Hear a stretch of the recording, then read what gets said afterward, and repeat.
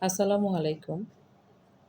আজকে কথা বলবো শিশুদের বিহেভিয়ার নিয়ে। বিহেভিয়ার নিয়ে বলতে আমাদের এখন একটা কমন প্রচলিত শব্দ হচ্ছে অটিজম। যেটা আমরা অনেকেই যেটার নাম শুনেছি। তো কিছু হলেই শিশুর মধ্যে এখন আমরা মা-বাবারা শিশুর ব্যাপারে এত বেশি কনশাস যে কিছু করলেই যেকোনো বিহেভিয়ার খুব তাড়াতাড়ি ও রিড হয়ে যায়। তারপরে এর মধ্যে যদি আশেপাশে থেকে কেউ কিছু বলতে থাকে তাহলে তো কথাই নেই। তো অটিজম বিশেষ করে অটিজমের ক্ষেত্রে এই জিনিসটা আরো বেশি হয়। যেমন অ্যা কোনো শিশুর হয়তো অটিজম আছে। সে অটিজম বৈশিষ্ট্য সম্পন্ন। আবার কারো অটিজম নেই।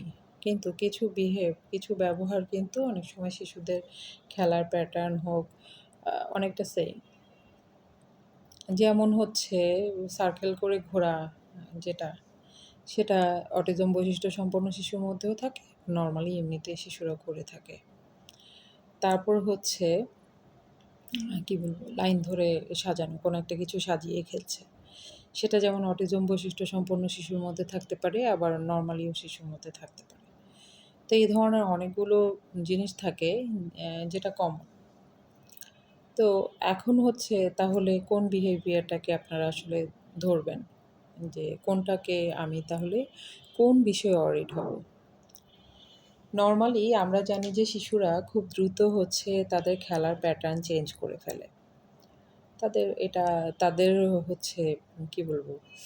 তাদের ইমাজিনারি পাওয়ার তাদের যে এত বেশি, তারা খুব দ্রুত খেলার প্যাটার্ন চেঞ্জ করে অনেক কিছুই খেলতে পারে।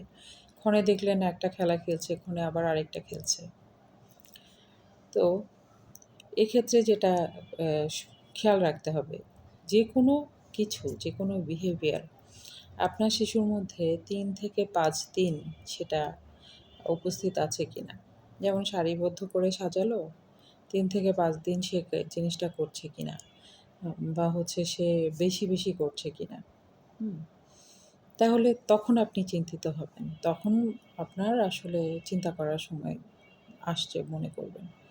কিন্তু নরমালি যদি খেলে ওটা নিয়ে এত বেশি অরিড হওয়ার আসলে কিছু নাই।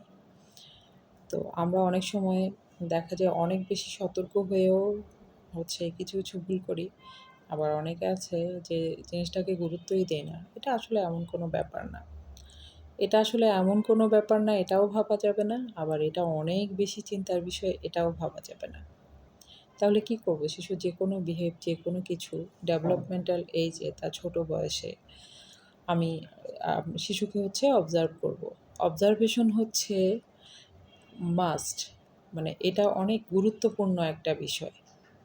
আপনি আপনার সন্তানকে যত বেশি অবজার্ভ করবেন, আপনি তত বেশি সমস্যাগুলো ধরতে পারবেন। কারণ অবজার্ভ করলে সে কখন করছে, কেন করছে, সেটা সম্পর্কে আপনার কাছে একটা যৌক্তিক কারণ থাকবে। আপনি সেটা তখন মেলাতে পারবেন। তখন আপনি ধরতে পারবেন জিনিসগুলো। এজন্যই শিশুকে অবজার্ভ করা খুবই জরুরি। তো এই ছিল আজকের বিষয়। তো যেটা বলতে চেয়েছি সেটা শিশু যেকোনো মানে ১ বার ২ বার করলে সমস্যা নাই। কিন্তু এটা যদি ৩ থেকে ৫ দিন সে কন্টিনিউ করতেই থাকে, ওটা তার মধ্যে যদি ওই প্যাটার্নটা দেখছেন যে সে আসলে ওভাবেই করছে, তাহলে আপনাকে অবশ্যই ওই সময়ে ভাবতে হবে। ভেবে কি করবেন? ভেবে দেখবেন যে আপনার শিশু কেন করছে, আপনি জানবেন এবং সেই অনুযায়ী পদক্ষেপ নেবেন। তো এই পর্যন্তই। আসসালামু আলাইকুম। ধন্যবাদ সবাইকে।